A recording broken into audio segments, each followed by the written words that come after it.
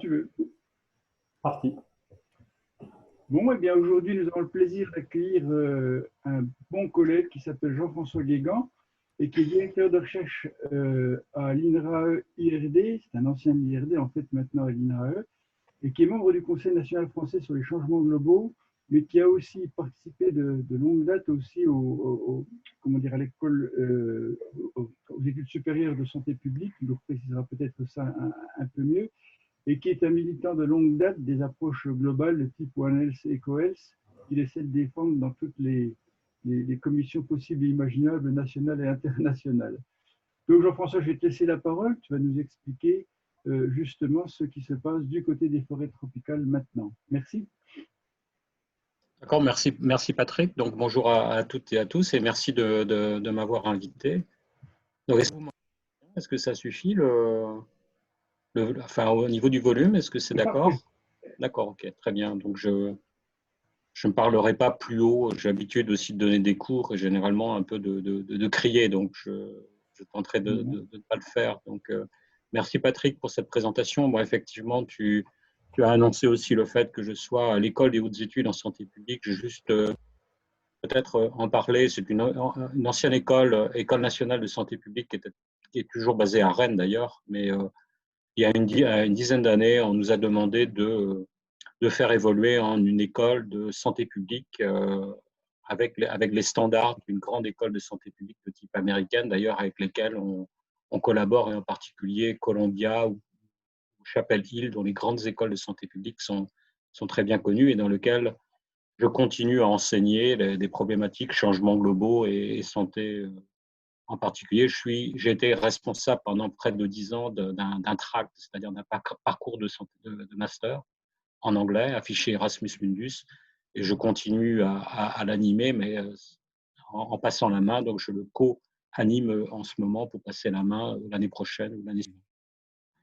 Donc, encore une fois, merci de m'avoir invité. J'ai profité d'un article qui vient d'être publié dans le journal Environmental Research Letters pour proposer donc à Arnaud et à Patrick de concentrer le sujet de ma présentation aujourd'hui autour des forêts, alors plus particulièrement des forêts tropicales, mais vous le verrez, il s'agit aussi de forêts tempérées, des problèmes de déforestation, de fragmentation de ces écosystèmes, et puis du sujet des maladies infectieuses émergentes, à savoir si le thème est étudié, si la plupart d'entre elles sortent bien du bois selon l'expression, comme l'indique le sous-titre, le sujet est-il vraiment traité?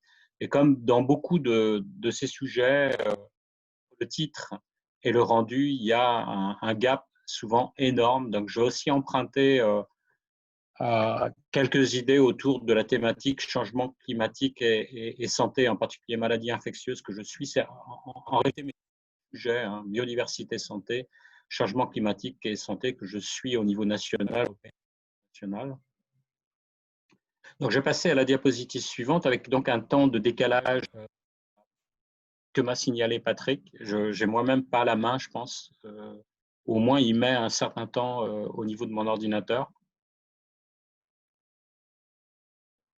Oui, effectivement. J'ai un retard. Peut-être qu'il serait peut-être mieux de passer en mode non plein écran, non? Je ne sais pas ce que vous en pensez, parce que pour l'instant, je n'ai pas de réaction sur mon ordinateur. Patrick? Je sais pas si ça va changer quelque chose, mais on peut essayer. Parce qu'après, ça doit être un problème de flux de données. Donc, que ce soit une image, quelle que soit l'image, ça aura le même volume. Parce que vous voyez là, j'ai aucune réaction. Ah voilà. Et j'espère, voilà. Donc, je vais faire quelques incises en vous donnant des observations un peu liminaires au sujet. Donc, tout d'abord, avec ces différentes épidémies émergentes ces derniers temps, hein, les précédents, mais aussi les grippes aviaires, on parle beaucoup de virus, mais n'oublions pas qu'actuellement dans le monde on meurt beaucoup plus de maladies d'infections bactériennes Donc, la toute dernière diapositive que je ne vous présenterai pas, sauf si vous la demandez, je l'ai retenue dans mon exposé, vous donne justement les taux les incidences de mortalité, de morbidité, de maladies bactériennes, donc humaines. Hein. Donc, n'oublions pas que si l'on parle beaucoup de virus, il existe aussi des bactéries, des protozoaires, des champignons, et on meurt actuellement dans le monde beaucoup plus de maladies bactériennes que de maladies virales. Et puis, deuxième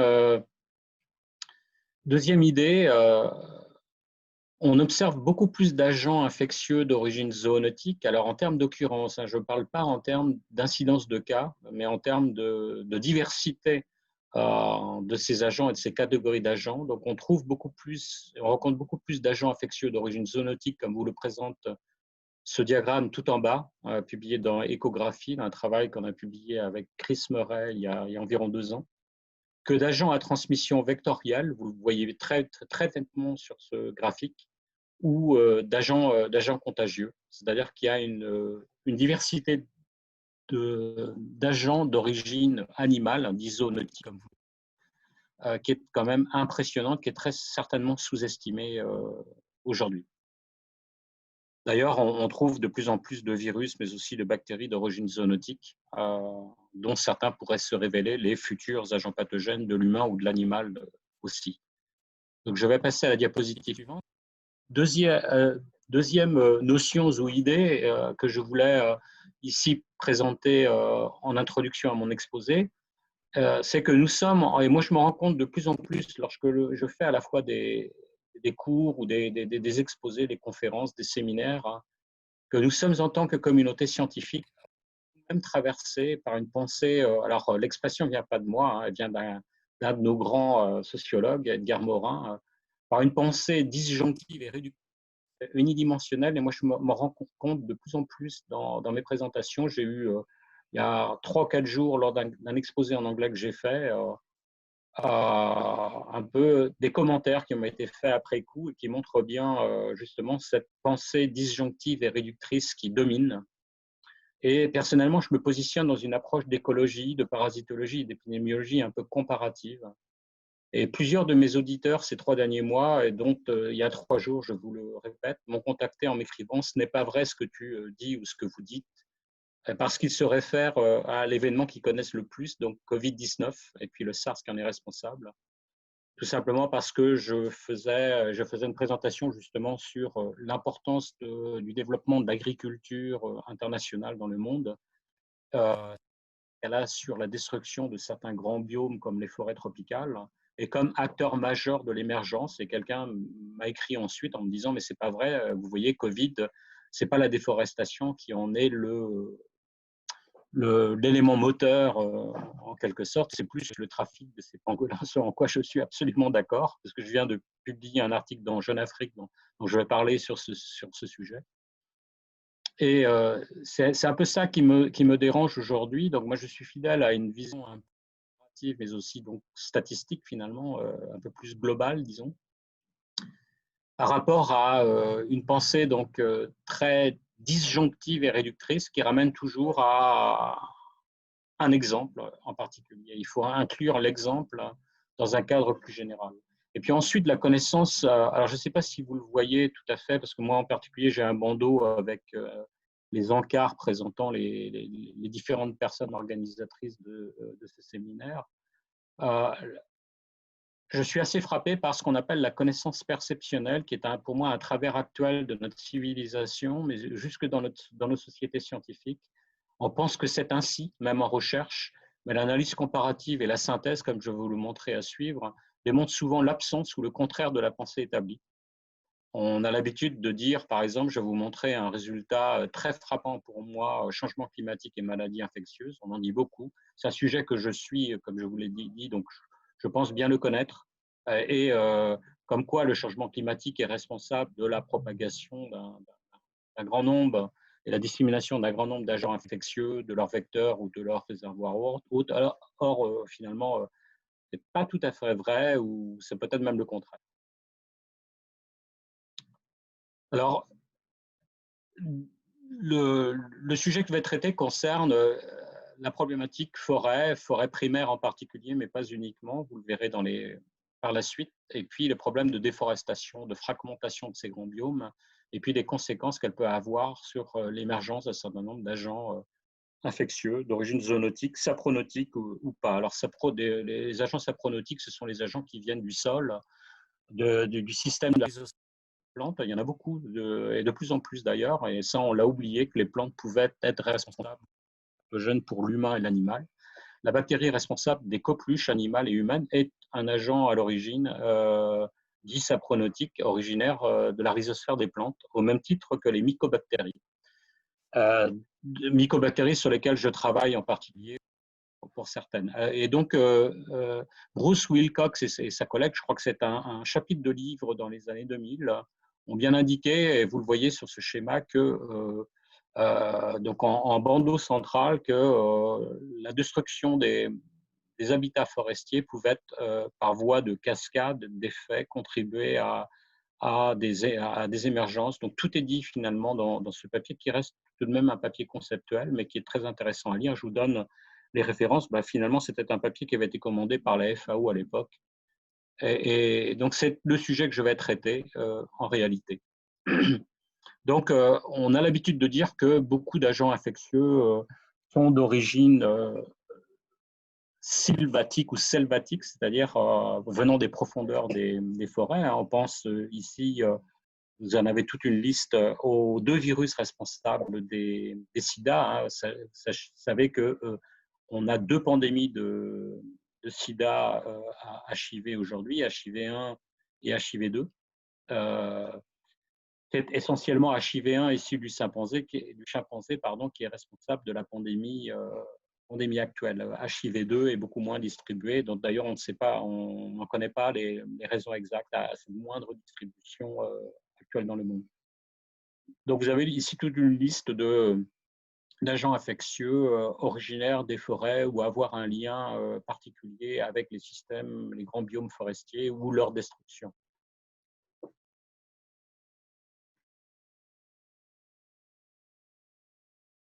Alors, on parle, et pour vite l'écarter, quand on parle des forêts, on parle aussi de leurs ressources, les ressources forestières et leur exploitation. Je pense que c'est un problème énorme, et c'est un sujet sur lequel j'ai été interviewé il y a peu dans le journal Jeune Afrique.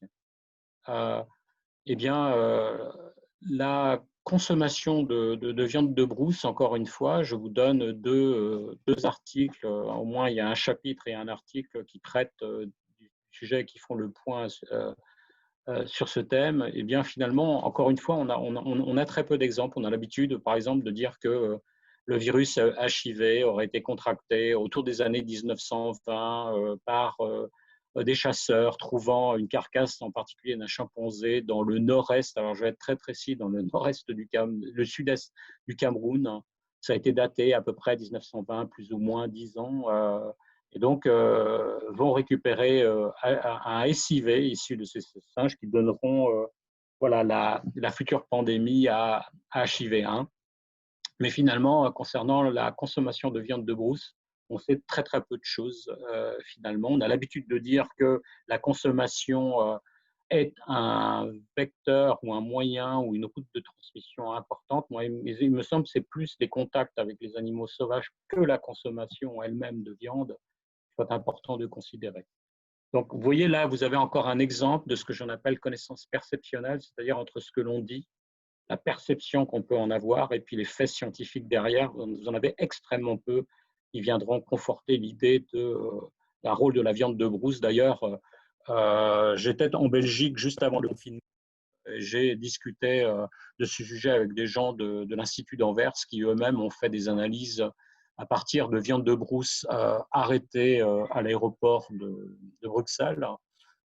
Absolument rien découvert. Une même étude a été faite en France et de même, on n'a absolument rien découvert en termes de virus ou de bactéries transportées par cette viande boucanée saisie.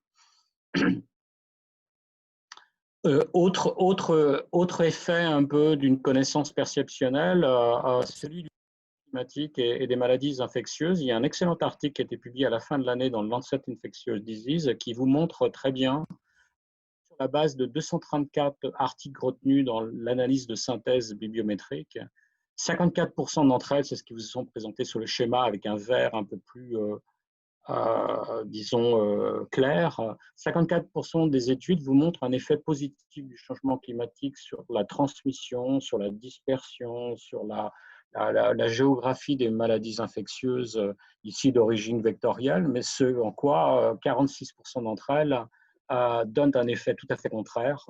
J'ai moi un article indiquant 2050 Bamako, le cycle du paludisme ne fonctionnerait plus eu égard aux conditions météorologiques. Mais finalement, de cet aspect-là, c'est-à-dire des effets positifs du changement climatique en quelque sorte, et sur la disparition de certains cycles parasitaires et infectieux, on en parle très très peu. Donc, cette étude montre bien qu'entre les 54% d'études mettant un effet du changement climatique par rapport à 46% mettant un effet contraire, c'est-à-dire une disparition ou une réduction des aires de distribution, vous voyez, c'est kiff-kiff bourricot en quelque sorte. Mais ce qui est le plus intéressant, c'est que sur les 54% des études mettant un effet du changement climatique donc positif, avec une augmentation des aires de distribution sur ces agents à transmission vectorielle, 97, retenez bien ça, c'est ce qui me semble extrêmement important, 90% des études ont utilisé que des variables biométéorologiques et finalement, dans leurs analyses statistiques, révèlent que les variables qui sont retenues dans les modèles statistiques, en incluant uniquement des variables biométéorologiques, eh bien, ce sont des variables biométéorologiques qui expliquent la distribution des agents infectieux.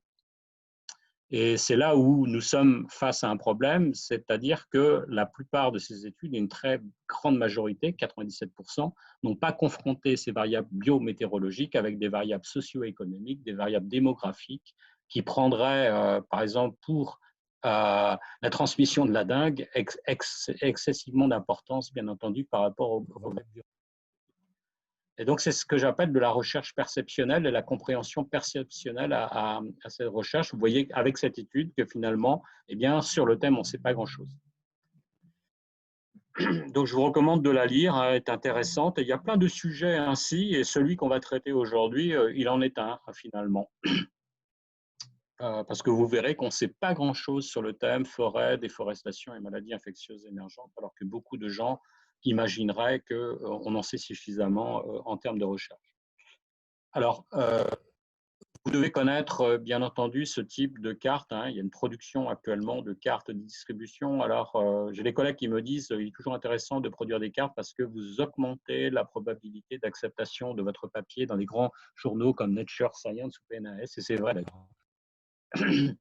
Et donc, ici, un travail d'Allen publié en 2007 qui est vraiment intéressant, hein, qui pointe du doigt que les zones à distribution, ce qu'on appelle les d'émergence d'agents infectieux et parasitaires, d'ailleurs plus infectieux que parasitaires aujourd'hui, sont essentiellement des régions de forêt tropicale, comme allumées ici sur la carte en jaune, ou en tout cas en couleur chaude, des zones de haute richesse d'espèces en mammifères. Donc, je ne vais pas détailler plus avant, enfin, à chaque fois on peut faire ouvrir des parenthèses et puis surtout pas les former, c'est déjà un thème en soi, donc je ne détaillerai pas. Et puis, les variables en lien avec les changements de l'utilisation des terres, l'usage et la modification des terres, comme la déforestation pour le développement d'une agriculture, comme on l'observe en Indonésie, au Brésil ou aujourd'hui en Afrique centrale, sont des moteurs à l'émergence tout simplement parce qu'ils exposent les agriculteurs, les éleveurs, qui deviennent les cas primaires, à des microbes qui sont hébergés dans ces écosystèmes en particulier. Je l'illustrerai avec la mycobactérie sur laquelle je travaille depuis aujourd'hui une quinzaine d'années.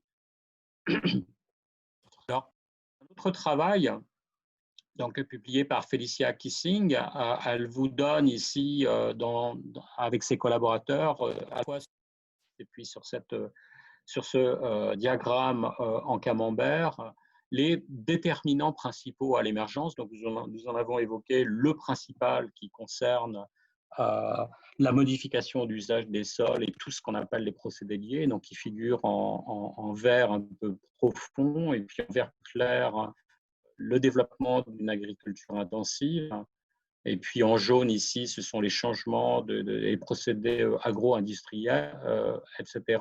Sur la carte, on voit bien que sur cette carte, en fonction des régions et des pays, ces déterminants peuvent et changent profondément. Prenons par exemple le Brésil. Vous voyez que le petit camembert que vous devinez au centre de la carte du Brésil, il est essentiellement composé de couleurs vertes. Ça veut dire que le moteur principal aux émergences qu'on observe au Brésil, eh bien, sont d'abord conditionnés par les problèmes de modification de l'usage des sols et à travers il y a une augmentation de 30% des cas de paludisme aujourd'hui dans certains États du Brésil. Donc, ça a très bien été étudié au Pérou par Ami Vitor, dont je vous recommande le travail particulièrement.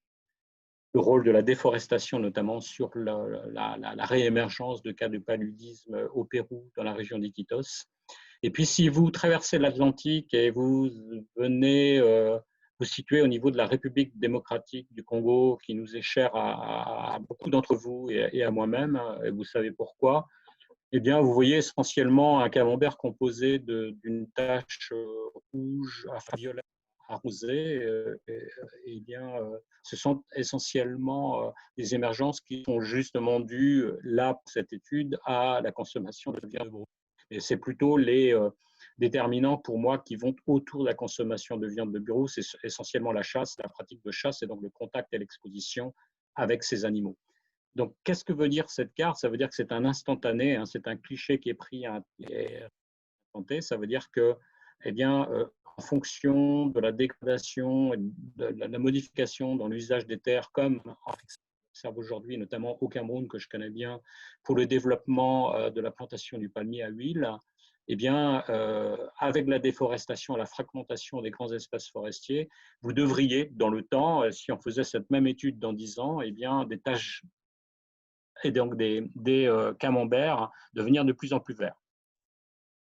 Donc, c'est aussi quelque chose qui est très évolutif. Si vous voulez, les déterminants s'enchaîner, se remplacer en fonction des grandes évolutions, des grandes transitions, donc ici, transition agricole, que va connaître l'Afrique centrale dans les années à venir. Donc, c'est à peu près, c'est la même étude. Donc, tout à droite, ça vous donne une idée relative. Vous voyez qu'il n'y a pas un déterminant majeur. Ce sont des déterminants qui interviennent, mais avec des poids dans les analyses statistiques, souvent un peu égal, ou en tout cas, il n'y a pas un déterminant majeur, mais c'est un ensemble de déterminants dont, pour beaucoup, sont très liés ou relatifs à la destruction des espèces naturelles, à aussi de la modification du l'usage des sols, la forestation en particulier, la présence d'une diversité importante. C'est ce qui vous est signalé en vert. C'est la quatrième. Vous voyez, Mammal Biodiversity, qui est un élément important pour la compréhension du facteur d'émergence de virus et de bactéries aujourd'hui dans le monde. Alors, j'ai sur mon écran à votre connexion alors, et donc sur la partie gauche, donc quelque chose que j'ai récupéré. Alors, sur ces thèmes-là, ce qui est intéressant par rapport à d'autres champs de recherche, c'est que vous avez une iconographie, vous avez toute une industrie qui s'est développée ces dernières années qui est fantastique. Et vous n'avez même plus besoin de faire vous-même vos dessins.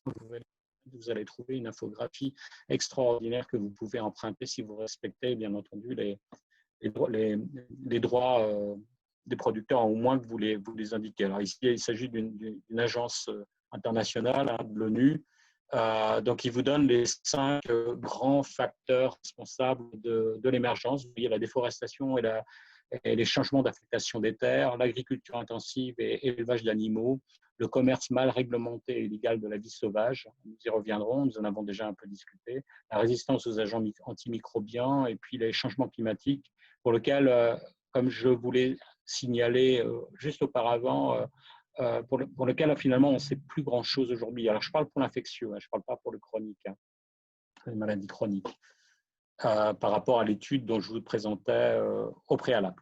Donc sachez que si ces 5 facteurs présentés sur la partie gauche de la diapositive sont considérés les facteurs essentiels, vous voyez sur la partie droite qu'il n'y en a pas finalement un qui se détache si on les considère de manière globale. Hein. Là, c'est une approche mondialisée.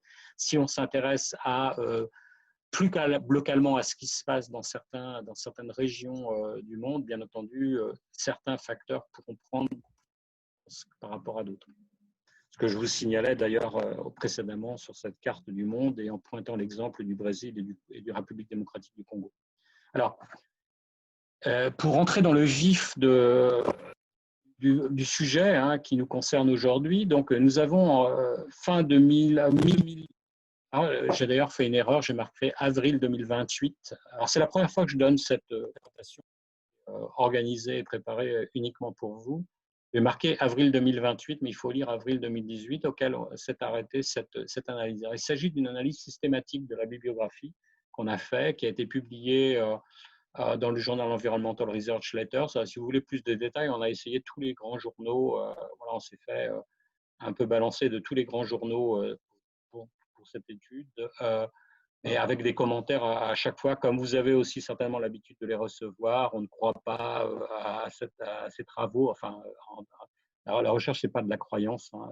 Enfin, on reçoit aujourd'hui des commentaires complètement absurdes, je trouve. Le travail de reviewing n'est plus tout à fait très correct aujourd'hui, je trouve. Donc, on a fait une analyse systématique de la bibliographie de janvier 1953 à avril 2018, où on a arrêté ce travail, pour répertorier 565 articles retenus a priori.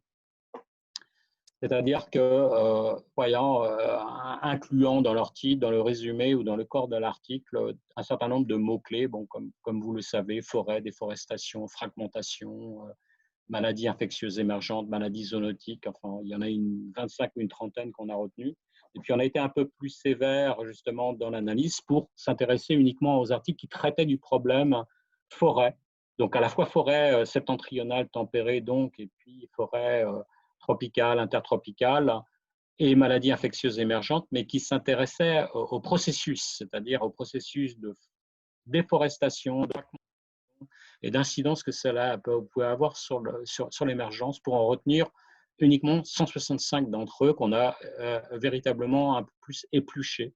Donc, à savoir de quoi ils parlaient, ce qu'ils avaient fait exactement. Et c'est ce que je me propose de présenter à travers de 3-4 diapositives à suivre, qui ont fait l'objet de cette analyse, et puis de parler plus spécifiquement d'un travail que j'ai pu réaliser avec mes doctorants, post-doctorants et puis jeunes chercheurs dans l'équipe que j'animais à Montpellier ces 15 dernières années, autour de ce qu'on appelle une mycobactérie, qui est Mycobacterium ulcerans, responsable de l'ulcère de Buruli, qui est un des travaux à l'heure actuelle les plus repris en matière d'impact des déforestations sur la transmission infectieuse émergente.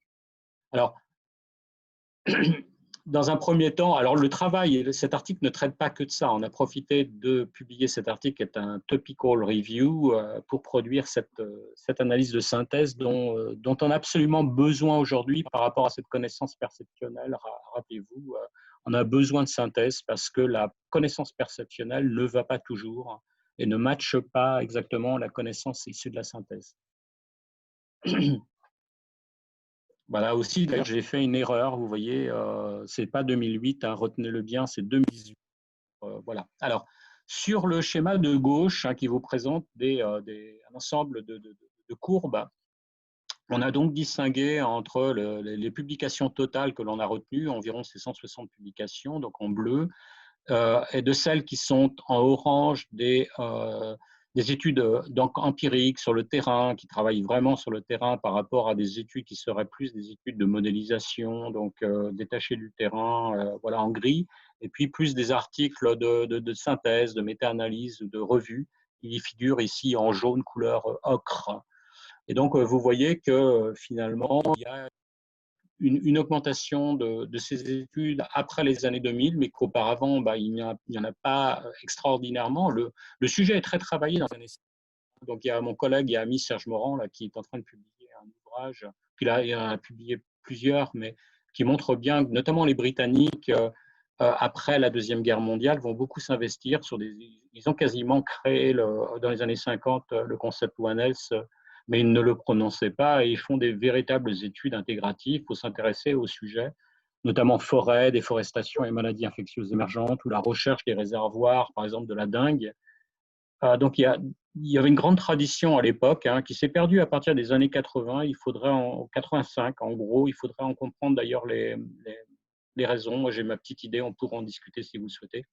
Mais en tout cas, vous voyez qu'il n'y a pas extraordinairement de travaux, mais qu'il y a une inflation de la quantité de travaux sur le thème forêt, déforestation, fragmentation forestière et maladies infectieuses émergentes à se faire à partir des années 2000, et que ce sont essentiellement, bien entendu, des études empiriques. Alors, ce qui est intéressant, c'est le chat de les petites barres en couleur bleue, c'est qu'on pourrait s'attendre que le sujet il montre une importance notamment dans les zones intertropicales, et ce n'est pas tout à fait le cas. Vous voyez qu'il est beaucoup dominé par l'Amérique du Nord. C'est tout simplement les travaux assez ou plus ou moins récents sur les problèmes de reforestation dans le nord-est de l'Amérique, l'ancienne Nouvelle-Angleterre, et la transmission de la maladie de Lyme, en particulier avec des gens que vous connaissez qui ont inondé le thème en quelque sorte.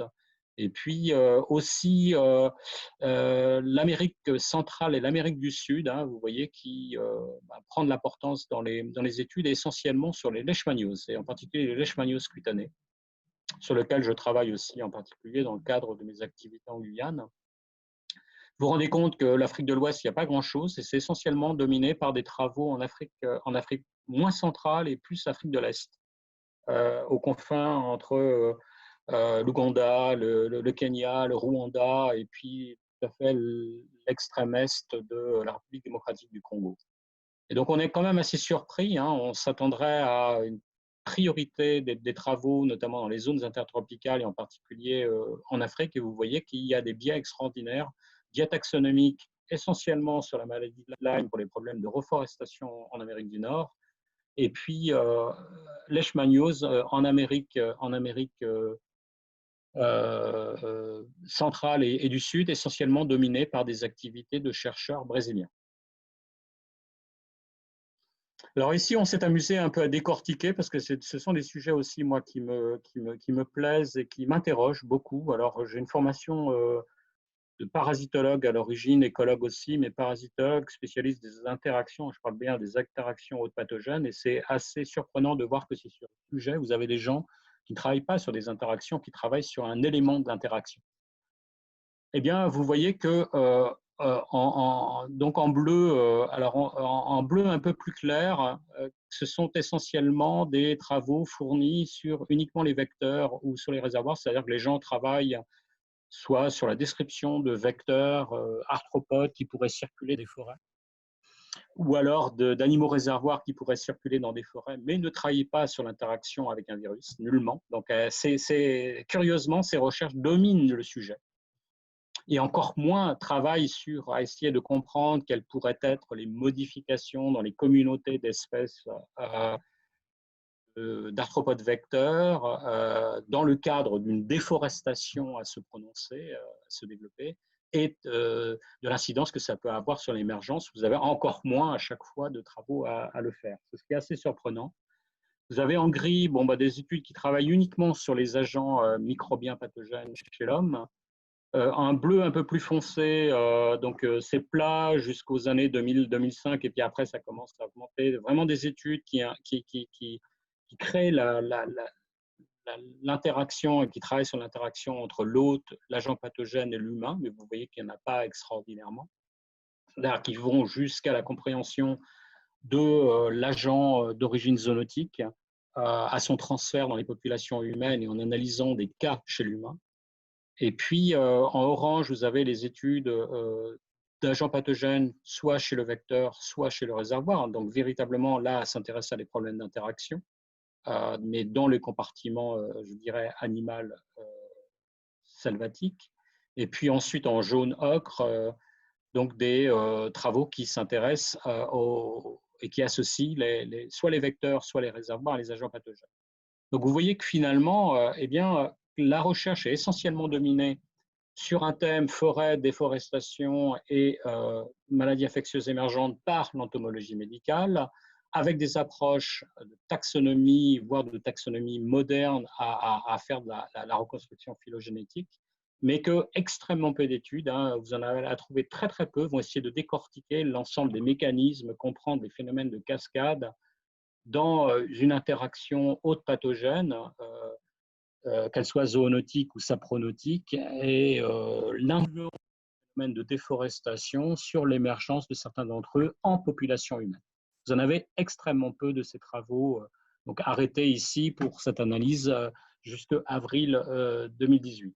Donc vous avez un effet un peu finalement d'impression qui vous est donné dans les titres, voilà, forêt, déforestation, les populations à risque de nouvelles maladies infectieuses émergentes, dans un cadre de déforestation massive de ces biomes, mais en fait, le sujet n'est pas traité au même titre que le thème changement climatique et maladies infectieuses, comme je vous le disais au préalable. C'est-à-dire que les gens profitent et bénéficient de ce qu'on appelle, moi, un effet de plaquage. J'ai introduit cette expression juste hier, l'effet de plaquage. Un collègue haut fonctionnaire, justement, pour essayer de comprendre un peu ce phénomène, c'est-à-dire un phénomène de maquillage en utilisant des termes un peu à la mode, jusque dans les programmes européens, un programme bien entendu de l'ANR, les programmes européens, c'est-à-dire qu'on va apporter une petite touche de biodiversité, une petite touche de One Health, un peu de touche, là, ici, de forêt, de déforestation, mais le thème n'est absolument pas traité ensuite, jusque dans les articles scientifiques, comme vous en rendez compte, par cette analyse. Donc, pour plus de détails, je vous recommande d'aller lire l'article, mais aussi de lire l'article de mes collègues, Franklinos et al. 2019, ou sinon, je pourrais vous le transmettre. Pour moi, c'est quand même assez surprenant, c'est-à-dire que entre la prononciation du titre et du résumé de l'étude et son contenu, eh bien, il y a un large gap, si vous voyez. Voilà, bon, je ne vais pas détailler, c'est à peu près la même idée qui est voilà. Alors, je reprends cette carte publiée par le groupe d'Allen, donc très proche des gens de The EcoHealth Alliance, là, qui sont aujourd'hui d'ailleurs très inquiétés par rapport à leur lien avec le laboratoire de virologie. Ce sont des gens que je connais bien. Voilà, donc ils vous pointent les zones voilà, essentiellement considérés comme des hotspots à la fois de biodiversité. Donc, dans cette étude, ils prennent un certain nombre de déterminants, mais en particulier la richesse en mammifères, la démographie humaine ou d'autres composantes pour dessiner cette carte. Et c'est quelque chose que sur lequel nous avons aussi travaillé dans l'article Environmental Research Letters dont je vous ai présenté les résultats au préalable. Et nous avons produit cette carte. Donc, la différence par rapport à la carte d'Allen et puis notre carte, c'est que nous nous sommes intéressés beaucoup en incluant les mêmes paramètres, mais au problème des biomes forestiers, de leur surtout fragmentation et déforestation plus spécifiquement.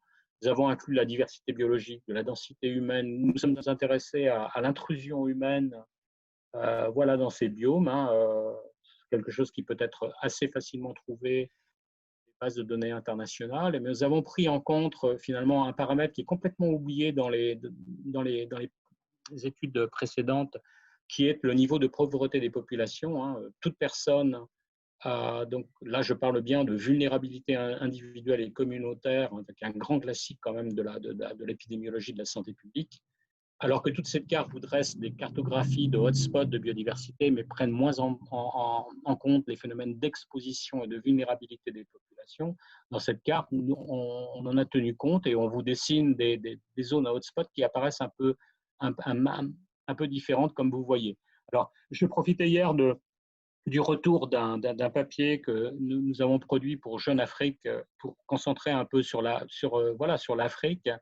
Donc, vous voyez une carte qui a été redessinée par le journal Jeune Afrique pour pointer les zones, justement, que nous considérons des zones un peu fragiles où se concentrent des populations vulnérables, très pauvres en particulier, et puis développant une agriculture, et comme vous le voyez ici au Gabon et au Congo, à développer une déforestation plus ou moins massive pour le développement d'une agriculture ici le palmier à huile.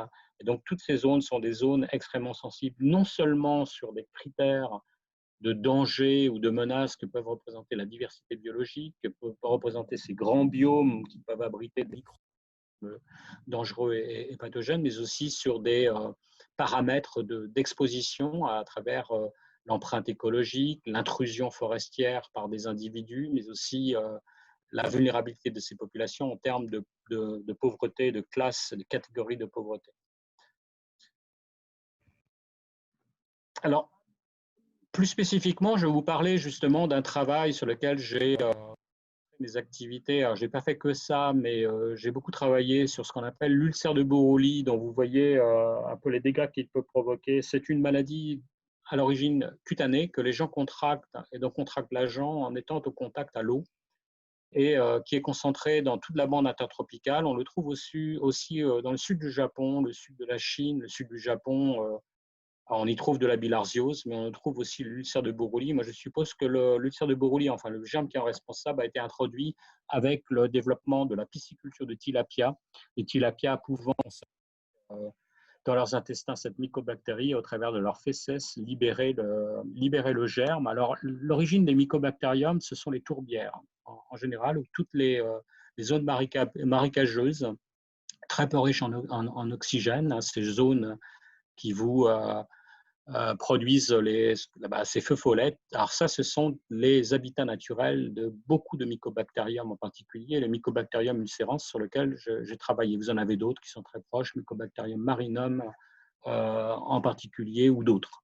Vous avez aujourd'hui de plus en plus de descriptions de mycobactéries en particulier, parce que les techniques le permettent de le faire. Hein. Ce sont des bactéries à croissance très très lente, hein, raison pour laquelle on avait des difficultés à les étudier au préalable. Donc, dans une série de papiers à la fois produits au Cameroun, où nous avions un programme, et puis dans le cadre du laboratoire d'excellence CEBA, Centre d'études sur la biodiversité amazonienne en Guyane, dont j'avais la responsabilité de travaux sur la santé pendant 9 ans, nous avons produit un travail sur la compréhension finalement de cette mycobactérie et de que pouvait avoir la déforestation sur l'apparition de cas dans les populations humaines, que je vous présente de présenter. Alors, je ne sais pas à combien de temps je suis là actuellement. Si Patrick, tu peux me dire si je suis dans les temps ou si je dois aller un peu plus rapidement. Ah, Patrick nous a quittés. Non, Bon, pas ben, du je tout. continue. J'ai pas la parole simplement. D'accord, ok. Donc, On entend bien, Patrick. Ça y est, oui, il te reste 15 minutes à peu près. d'accord, ok. Ben, je vais aller un peu plus vite alors. C'est Alors, maintenant que tu mettre le micro. D'accord. Mycobacterium ulcerans est un germe, mycobactérie responsable de ce qu'on appelle l'ulcère de Buroli. Donc, c'est tout d'abord une maladie cutanée qui est à la fois négligée, mais aussi émergente dans un certain nombre de zones. Par exemple, en Côte d'Ivoire, elle s'est développée avec le développement de la riziculture. Mais une riziculture, ça mime finalement à une sorte de marécage dont je vous ai décrit les caractéristiques au préalable.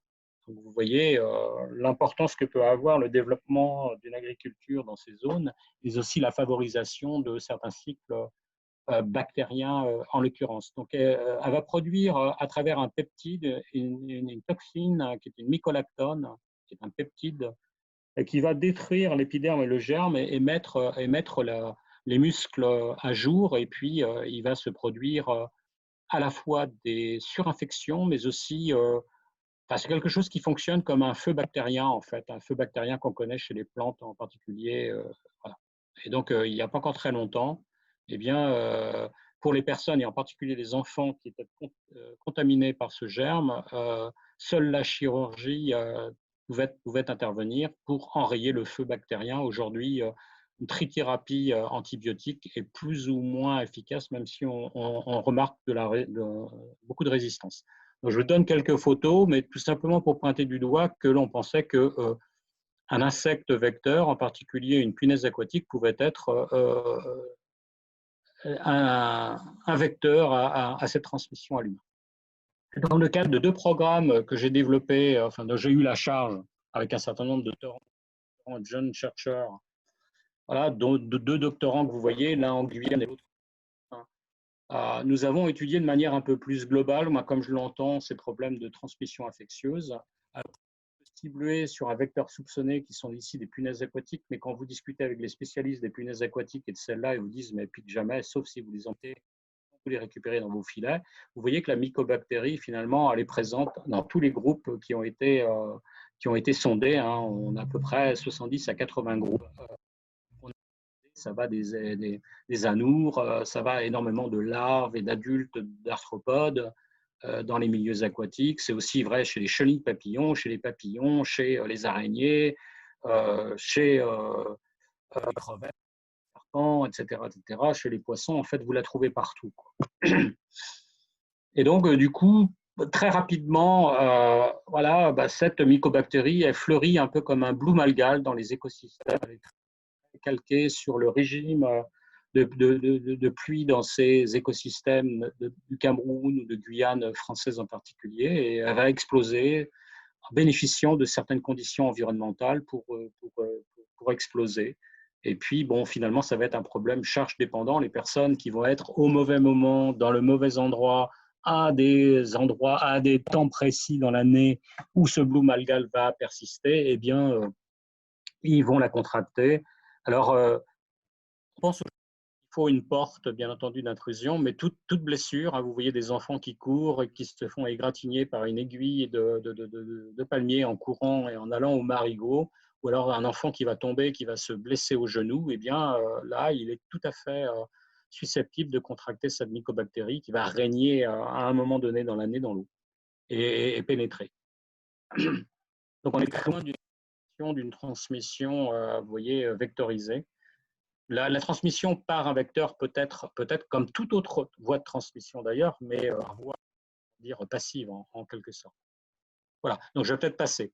Et donc ce qu'on a fait, c'est qu'on a analysé, vous avez compris, on a surveillé 35 sites au Cameroun, près d'une vingtaine, 22 en Guyane française. On a analysé tout ce qu'on pouvait récupérer de manière avec des échantillonnages très compliqués, très sérieux, suivis tous les mois, et essayer de comprendre comment s'organiser les communautés. Donc, je vais passer.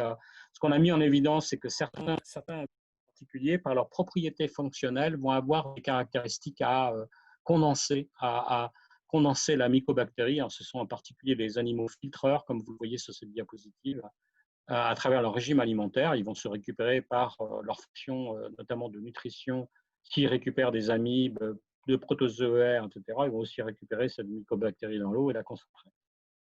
Donc, je vais peut-être passer ceci pour donc, ce qu'on a fait, on a utilisé des techniques un peu plus ou moins modernes qu'on utilise en hydrologie, hydrobiologie aujourd'hui, essayer de comprendre comment s'organisaient les écosystèmes, enfin les réseaux trophiques. Je vais aller très, très rapidement, juste pour vous expliquer que certains vous positionnent dans le réseau trophique, et puis un autre paramètre vous dit de quoi il se nourrit, en quelque sorte.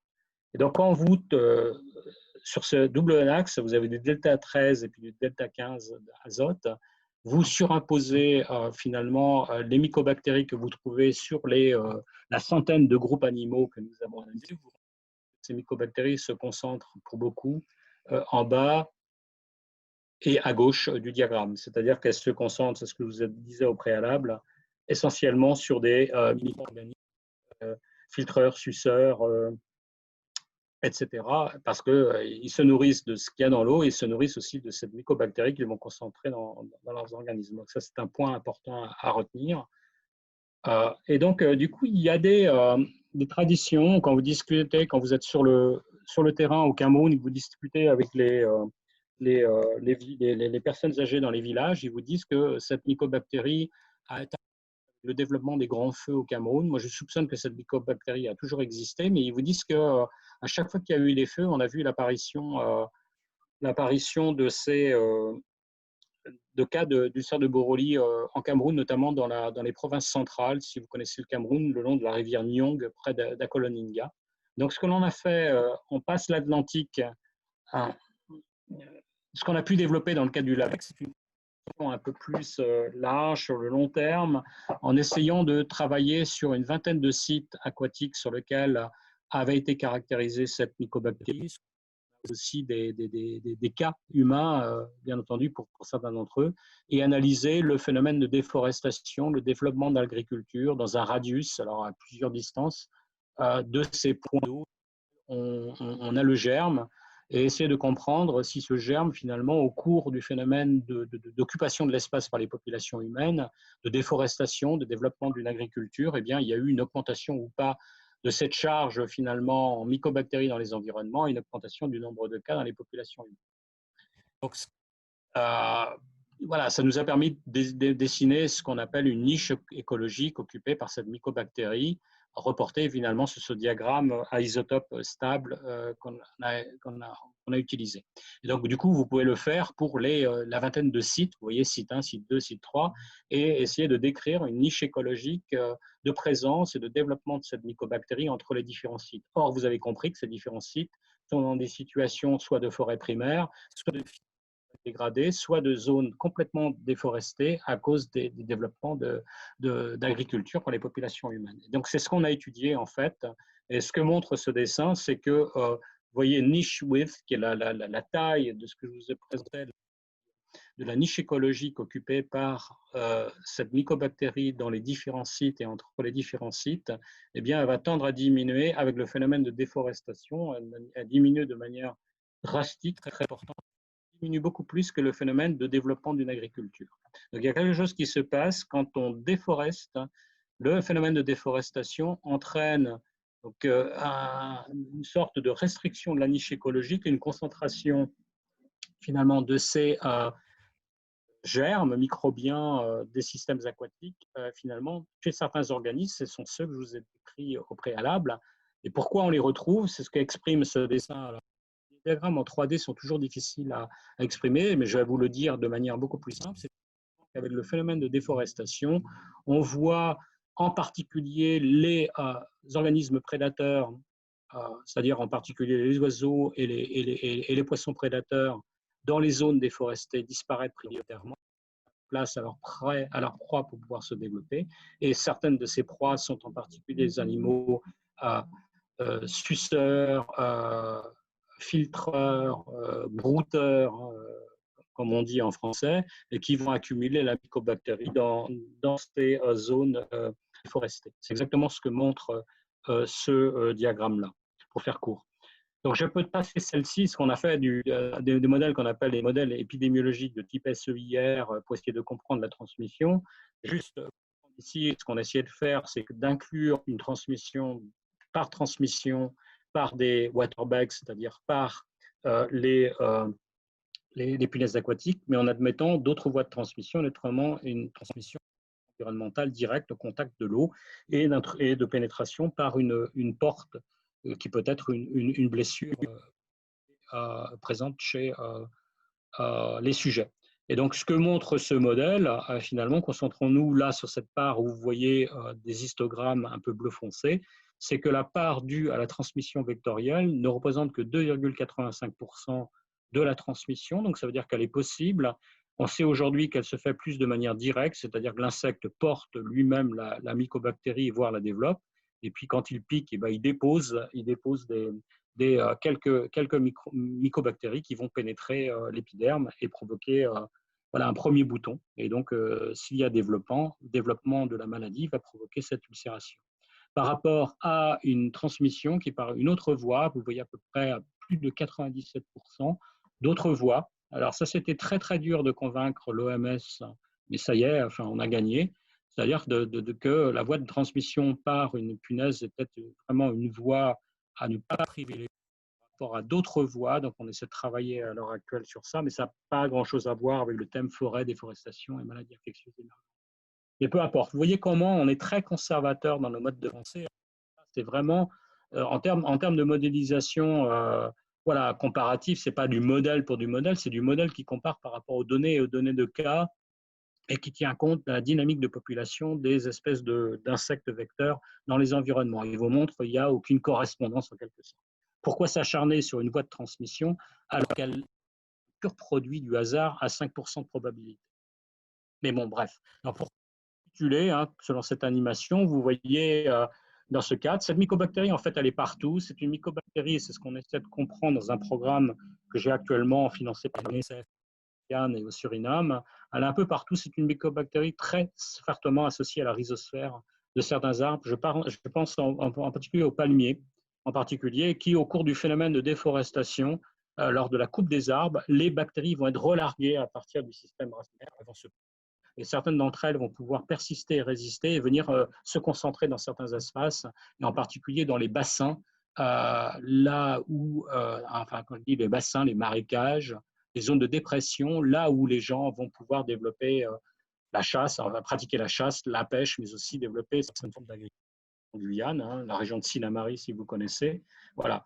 Et donc, la disparition des prédateurs va occasionner une modification des communautés animales aquatiques, mais aussi de la ripisylve, avec une prolifération de certains organismes, en particulier de certaines espèces, qui vont venir concentrer la bactérie, dont certains acteurs avec ce rôle de piqueur-suceur, mais de manière très anecdotique, et transmettre la bactérie aux populations humaines, tout simplement par voie de contact et contact avec l'eau. Une période où cette mycobactérie va être proliférante dans ces espaces-là. Alors, je vais passer là pour faire quelques constats sur le dispositif de recherche nationale et la recherche sur ces thèmes.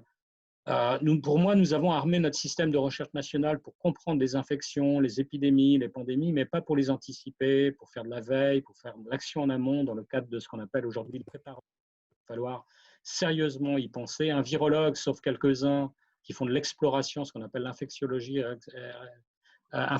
exploratoire, mais je n'y crois pas trop en réalité. Parce que d'ailleurs, le programme US Predict, travaillant sur les virus de chauve-souris en Asie du Sud-Est en particulier, n'avait pas détecté celui-là, et pour cause, parce que c'est un mutant. C'est une mutation à partir de deux coronavirus issus de deux espèces différentes. Mais donc voilà, et donc effectivement, tout virologue, tout parasitologue a besoin que le virus ou que le parasite ou que la bactérie sorte du bois, excusez-moi de l'expression, pour pouvoir l'étudier. Je pense qu'il faut réorienter notre recherche aujourd'hui sur ces sujets-là et s'intéresser au territoire de ce qu'on appelle pour moi des pré-émergents. D'ailleurs, ce sont les cadres, les usages que l'on fait de ces territoires-là, les pratiques, les développements, et en particulier le développement agricole extrêmement important, qui vont créer les moteurs de l'émergence. Nos modes de compréhension doivent évoluer car nous sommes dans des systèmes complexes, non linéaires et chaotiques où l'approche expérimentale est difficilement possible. Alors, je me suis aussi intéressé aux blogs qui ont point sur le net en réaction aux propos que Serge Morand et moi ou d'autres, bien entendu, on pouvait émettre quant à cette crise à Covid. Et c'est intéressant d'aller voir les blogs. Et parmi nos détracteurs, il y a aussi beaucoup des biologistes fondamentalistes qui font de l'expérimental, de la recherche très mécanistique, mais mettre le monde aujourd'hui et puis les problèmes de changements globaux, non pas dans une bouteille, mais dans un laboratoire, c'est guère possible. Donc l'expérimentation n'est pas tout à fait possible. On peut le faire par voie de scénario, bien entendu, informatique et mathématique, évidemment. Et donc, je pense qu'il va falloir absolument changer nos orientations et nos manières de comprendre et de développer la recherche aujourd'hui. Sinon, on fera face à des crises de ce type et on restera pantois devant ces crises. Et le sujet devient un problème de médecine, mais ne l'est pas au départ. Il y a une tendance en France toujours à refermer ces thèmes autour de la médecine uniquement. Moi, je suis désolé à chaque fois de ça. Je suis un ancien membre du Haut Conseil de la santé publique où j'ai beaucoup milité sur ça, et il l'a dit, il l'a aussi écrit. Et puisque la plupart de ces phénomènes d'émergence sont localisés dans les zones intertropicales, nous devons développer des recherches de caractère bi- ou multilatéraux dans ces régions pour comprendre ces phénomènes avant leur éclosion, vous avez bien compris. Mais l'appareil de recherche national pour le développement a été totalement amputé ces dernières années. Et il faut absolument repenser nos politiques de développement dans le cadre de l'agenda 2030 et du post-agenda 2030, bien entendu. Et je considère que l'Agence française de développement est très en retard sur ces approches, parce qu'elle s'intéresse aux phénomènes et aux concepts ONS depuis 2 à 3 ans uniquement, alors que son équivalent de l'USAID, ça fait quand même près de 12 à 15 ans qu'ils ont mis au point et qu'ils ont mis de l'argent sur des recherches sur ces sujets. l'agriculture et l'élevage intensif étant des moteurs importants à l'amplification, à la transmission infectieuse en France, mais aussi en Europe, on doit initier des approches et un accompagnement de la recherche et de l'expertise en recherche agricole, agronomique, eu égard aux risques sanitaires, mais aussi à d'autres composants, changement climatique, pollution des écosystèmes naturels, biodiversité.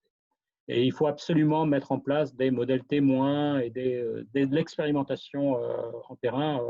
Alors, je suivais là une présentation INRAE, qu'il est très difficile de convaincre les agences de financement aujourd'hui sur des développements de modèles expérimentaux comme je le préconise, et c'est dommage. Enfin, c'est ce que j'essaie de faire et de développer avec l'accord de la présidence et de la vice-présidence d'INRAE aujourd'hui. Alors, il y a une difficulté à produire de la synthèse en France, comme je voulais un peu présenter sur ces thématiques. On est très analytique, très synthétique. Or, vous voyez bien qu'entre la perception et l'evidence-based research, comme vous le dévoile la recherche un peu synthèse, il y a une marge qu'il va falloir essayer de franchir, je pense. Et la recherche française est très analytique et disjonctive, ne laisse pas de place aux approches de synthèse qui souvent révèlent des vérités fausses ou contredisent la connaissance perceptionnelle. Avec un centre de synthèse, je vous le rappelle, qui s'appelle le CESAB, qui était basé à Aix et aujourd'hui à Montpellier. Et on a extraordinairement mal au niveau de l'État, c'est-à-dire au niveau du ministère de la Recherche, à pouvoir le financer. Je trouve que c'est dramatique. Il y a aussi un gros effet de plaquage. Vous l'avez bien compris, le sens, un plaquage au sens du bâtiment, des BTP. On met du plaquage pour faire joli et recouvrir les lambris. De la recherche actuelle en France, en y apportant des touches de changement, des touches sur le changement climatique, sur la biodiversité, sur la transversalité, sur le One Health, tout en continuant à faire la même chose, souvent en ne répondant pas à la question ou les questions du titre et du résumé de programme. Donc, on a écrit un article, Serge Morand, Yann Laurence et moi-même, qui a été publié à l'IDRIS Sciences Po, que je vous recommande de lire, sur ce qu'est One Health, Eco-Health, Planetary Health, Global Health, et vous vous rendez compte que à part de produire du concept, eh bien, on n'est pas allé très très loin finalement. Quelques références, en particulier un rapport qu'on nous avait commandé à Catherine Leport et moi lorsque nous étions au Conseil de la santé publique. Donc vous pouvez y aller le chercher sans souci, vous pourrez le lire et vous découvrirez finalement que déjà en 2011, on décrivait comme d'autres rapports précédemment. Donc il va falloir aussi se poser des questions à ces sujets. La France est quand même les champions du monde des rapports qui sont souvent peu ou pas lus. Voilà, pour conclure et puis être un peu sévère, durant ces 3 derniers mois, j'ai eu dans l'espace de 15 jours, 3 semaines, la même demande de rédaction de notes de la part de 7 services. Rédigez-nous une note sur le sujet. Voilà, et dont deux notes venant du même ministère, de 2 départements, certainement qui ne devaient pas se parler. Donc, je pense qu'à un moment, il va falloir se poser sérieusement ces questions-là aussi. Le problème d'émergence en France révèle, pour moi, 30 à 35 ans pour moi, d'évidence, c'est-à-dire de problèmes non résolus dans notre fonction publique en particulier, dans nos ministères aussi. Voilà, pour terminer, j'ai peut-être été un peu long, d'une photographie qui a été prise par un photographe de RFI dans une émission qu'on nous avait demandé de préparer. Et, quand l'idiot montre le pangolin, le sage regarde la déforestation. Alors c'est sur ça que j'ai été questionné quand je vous disais, il n'y a évidemment pour l'instant pas de lien démontré entre la déforestation et le Covid-19, évidemment. La personne qui m'a fait la remarque, elle est restée sur cette dernière diapositive. Et tout simplement, quand on s'intéresse à un virus émergent, vous aurez bien compris que derrière, il y a des moteurs, il y a des initiateurs à la pré-émergence. Et ce sont ces moteurs, ces initiateurs et ces déterminants qui sont souvent des déterminants anthropologiques, sociaux, culturels et de développement, bien entendu, qui sont les éléments initiateurs de l'émergence, ce qu'on appelle du spillover aussi, et puis de la transmission infectieuse et les premiers cas à lumière, qui est important et essentiel de comprendre. C'est-à-dire qu'il va falloir passer d'une culture, pour moi, très biologique à une culture très transdisciplinaire en terrain. Je pense qu'on manque aujourd'hui de recherche en terrain. Donc, je vous remercie de m'avoir écouté, de m'avoir invité surtout. Et donc, je suis prêt à répondre à vos questions. Merci beaucoup, Jean-François. Alors, si vous voulez cesser le partage, je peux le faire pour vous, pour laisser la place à la discussion. Je vais envoyer voilà, je vais enlever votre PowerPoint. Voilà. Et donc, comme d'habitude, on va prendre les questions. Si vous si vous regardez dans le petit onglet participants en bas de l'écran, vous verrez que si vous l'ouvrez, vous pouvez lever la main. Et ainsi, une petite main bleue apparaîtra à côté de votre nom et je vous donnerai la parole. Et vous pouvez, si vous ne voulez pas être enregistré, parce que si je vous donne la parole, vous passez à l'écran et vous serez sur YouTube juste après. Sinon, vous pouvez la passer dans le chat. Voilà, je vois que Daniel a déjà levé la main et je lui donne immédiatement la parole.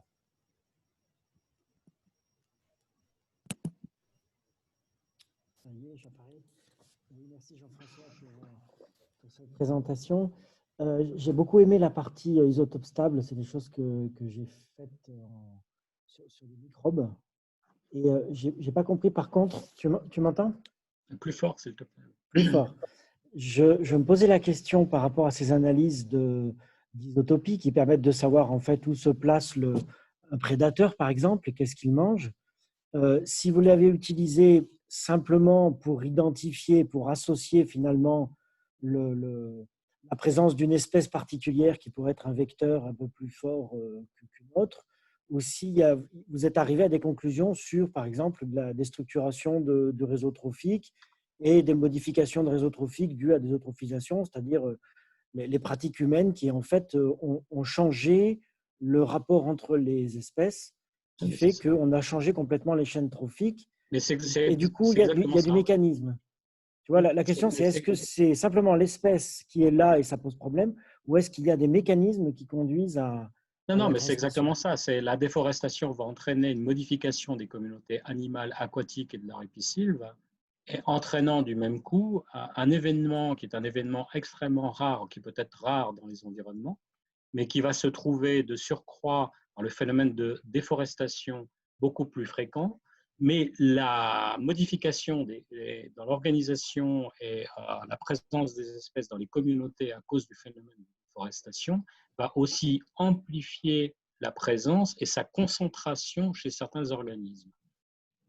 Certains organismes qui vont être, alors c'est ce que je n'ai pas pu détailler, qui vont être collectés comme les crabes ou comme les crevettes d'eau douce par les pêcheurs, voilà, et donc ils vont être au contact. Vous savez bien que les crevettes, elles ont des spicules qui vont pouvoir provoquer des lésions par lesquelles pourra pénétrer la mycobactérie. Mais ce sont aussi certains poissons en particulier, comme en Amérique du Sud, vous avez énormément de poissons avec les premiers rayons qui sont de véritables aiguilles. Quand vous vous faites piquer, ça fait extraordinairement mal et pendant plusieurs jours. Mais ce sont autant de portes d'intrusion. Voilà. Donc, dans les environnements déforestés, vous avez des organismes avec certaines fonctions qui vont pouvoir proliférer, mais aussi, elles vont proliférer, mais aussi avoir et concentrer beaucoup plus de charges en mycobactéries dans l'environnement. Pour être plus clair par rapport à l'explication que j'ai dû court-circuiter, bien entendu, parce que j'étais un peu long dans la première partie. Voilà, c'est exactement ce qu'on montre dans cet article dans Science Advances. Du coup, on est bien sur plutôt un phénomène d'eutrophisation des eaux, c'est-à-dire d'enrichissement en éléments. Et est-ce que vous observez une réduction des chaînes trophiques quand ça se passe? On l'a analysé aussi, mais c'est dans la thèse d'Aaron Morris, on ne l'avait pas publié. Effectivement, on observe une réduction aussi des chaînes trophiques. Mais ça, c'était très travaillé. Si on n'a pas été un peu plus loin et on n'a pas publié, c'était très travaillé, notamment, mais sur des parasites, c'est-à-dire des macroparasites, par Kevin Lafferty dans son travail en Californie. D'accord. En tout cas, c'est vraiment passionnant d'avoir associé parasites et puis isotopes. Je trouvais ça très, très élégant. C'est-à-dire que ce qu'on voulait montrer, c'est qu'un micro-organisme qui existe dans les environnements forestiers par essence, par nature, voilà, il est un événement rare, comme probablement le virus à Ebola l'est aussi, mais qu'une désorganisation des communautés va faire que ce événement extrêmement rare va pouvoir aussi, entre guillemets, profiter, bénéficier d'une désorganisation des communautés locales et d'une réorganisation dans ces espaces déforestés pour pouvoir lui-même proliférer. Et c'est probablement ce qui se passe avec le virus à Ebola. On pense aujourd'hui que les chauves-souris ne sont pas ou alors le vrai réservoir, ou si elles le sont avec un événement très très rare. Ici, l'équipe d'Éric Delaporte, ils sont rentrés il y a quelque temps justement de République démocratique du Congo et du Cameroun parce qu'ils collaborent avec Jean-Jacques Muyembe que vous connaissez. Ils ont flingué plus de 12 000 spécimens d'une douzaine. Ils n'ont absolument rien trouvé. Ils n'ont pas trouvé le virus Ebola. Ce que l'on sait aujourd'hui à travers le travail de Jesus Olivero sur déforestation et crise hémorragique, enfin épidémie à Ebola en population humaine, c'est qu'il y a un décalage de 2 ans entre le phénomène de déforestation et l'apparition des premiers cas. Pour moi, c'est du moyen terme. C'est du moyen terme. Nous, ça met à peu près 3 ans ou 4 ans, le phénomène que je vous décris. 2 ans, c'est beaucoup trop long pour que ce soit des chauves-souris. Ce serait un processus quasi immédiat en quelques jours, quelques semaines. 2 ans, il faut, comme je le dis à mes étudiants, vraiment sortir quelque chose de terre. Alors, ce n'est pas quelque chose de terre, un organisme, mais c'est les communautés qui se réorganisent, qui font qu'un virus extrêmement rare devienne, par voie de cascade, beaucoup plus prévalent dans l'environnement. Ok, merci. Je vais donner la parole à Vincent qui a levé la main juste avant Patrick. C'est marrant, les mains bleues ne sont pas toujours dans l'ordre, mais c'est Vincent. Je les donne à Vincent. Vincent. Ah. Vincent. Il faut peut-être, Vincent, que normalement, tu as le… Oui. Ok, c'est bon. Merci beaucoup pour cet exposé, cette présentation. Moi, j'avais une question qui portait un peu sur ce que vous avez pu dire à la fin, mais qu'on voyait déjà apparaître en fait tout au long de l'exposé, et au fond sur le type de science dont on a besoin dans le contexte actuel. Et en fait, j'avais une question sur les différents niveaux entre ce que vous appelez la science de terrain, une science en plein air, enfin le besoin de repartir un petit peu au contact en fait directement des écosystèmes, et puis ce que vous avez évoqué à la fin, la question de synthèse dont on a besoin, puis vous avez cité un laboratoire à Montpellier qui s'occupe de ça. Et donc évidemment, entre tout ça, il y avait aussi une dimension d'interdisciplinarité, si j'ai bien compris, qui était nécessaire. Donc je voulais savoir où vous situez l'interdisciplinarité. Est-ce que vous la situez directement sur cette science de terrain, d'observation? Est-ce que la question de la synthèse, c'est l'occasion de cette interdisciplinarité, ou est-ce que en fait, il y a un petit peu des deux qui est nécessaire? Est-ce que la synthèse, c'est celle qui rassemble, réunit les différentes études de terrain? Enfin, voilà, comment vous comprenez un petit peu cette… est-ce que vous pouvez nous en dire un peu plus sur cette dimension-là? Alors, c'est une question à laquelle je n'aime pas beaucoup répondre parce que depuis 30 ans en France, moi je me rappelle de longues discussions, mais des heures entières avec des gens comme Alain Pavé, Robert Barbeau, pour certains que vous avez connus bien entendu, Jacques Blondel, sur ce sujet. C'est des nuits, voilà. Et je pense que là, on a fait curieusement en France des erreurs sur ce sujet parce qu'on ne peut pas prononcer, alors, quelle que soit la l'inter ou la transdisciplinarité, je ne vais pas la définir là. C'est-à-dire que on a voulu l'inculquer un peu comme des dogmes, et voire à obliger les gens qui feraient une très bonne monodisciplinarité, on en a besoin, à se convertir. Absolument pas, on a besoin d'hyperspécialistes. En revanche, ce que l'on a fait en France, pour beaucoup, c'est que des gens avec des esprits un peu curieux, moi je les appelle un peu comme ça, capables de franchir des frontières, capables de passer de la zoologie à l'épidémiologie, un peu d'économie, des sciences sociales, etc., voire des sciences politiques. Il y a des gens qui ont toujours ces curiosités, voilà, on les a un peu éliminés du système. Voilà. Parce qu'en France, on n'aime pas les gens qui touchent un peu à tout. Mais il y a des gens que vous fréquentez aussi certainement aux États-Unis, au Royaume-Uni, qui ont ces capacités-là, ou qui sont un peu plus curieux que d'autres et qui franchissent un peu des domaines. Et c'est comme ça que se construit. C'est-à-dire qu'il faut profiter de ces gens-là, mais pas instaurer une ou une pluridisciplinarité dont chacun et tout le monde devrait le pratiquer. Moi, j'y crois pas du tout. En revanche, on a fait des sacrifices en France. Et les sacrifices que je vous livre là, ce sont ceux-là exactement. Parce qu'on aime bien ne voir qu'une tête en France. Voilà.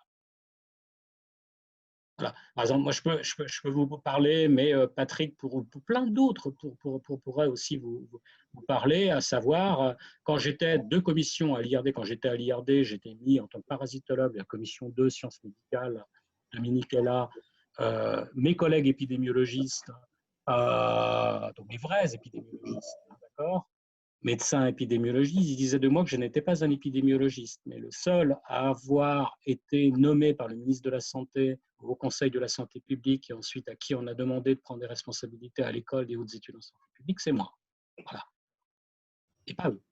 Et ensuite, je suis donc revenu à mes premiers amours, celle de l'écologie, donc en CSS3, où je suis devenu DR2, DR1, DRCE.